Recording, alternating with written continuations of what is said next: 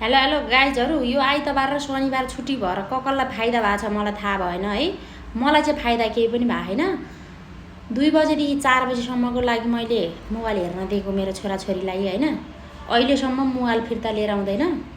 अब हेर्नुहोस्, म माग्न जान्छु, दिन्छ कि दिँदैन है गाइजहरू। क्यामेरा ब्याक गरौँ। ल गाइजहरू, मोबाइल माग्न जाउँ होइन। अब दिन्छ कि दिँदैन रहेछ है त।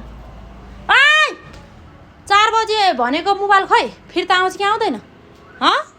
फिर्ता आउँछ कि आउँदैन? यसले दियो है, भिडियो गरेर देखेर अर्कीले दिन्छ। मोबाइल खै, मोबाइल दिनु छिटो।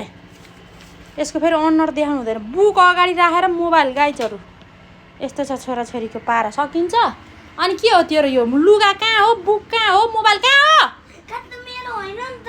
नभए त्यहाँ राख्ने। ल गाइजहरू, भिडियो गर्दै आएको भएर फाइनली मोबाइल चाहिँ फिर्ता पाइयो होइन। अब यो मोबाइल चाहिँ नि यहाँभित्र हुन्छ क्या। अब भोलि 2 घन्टा पाइन्छ होइन। त्यति हो। यो आइतबार र शनिबार छुट्टीले कसलाई फाइदा भएको थाहा भएन होइन।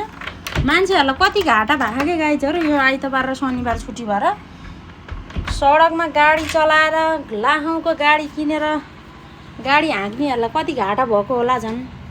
मलाई त यस्तो भएको छ भने तँलाई त खुसी भयो होला होइन? खुसी छस् नि छुट्टी भएर? खुसी छ होइन? भागिसक्यो। भिडियो देखाउने हुन्न यहाँ। यसरी मुख छोप्ने हो छोरी। यहाँ आएर पढ्ने कि नपढ्ने तँलाई?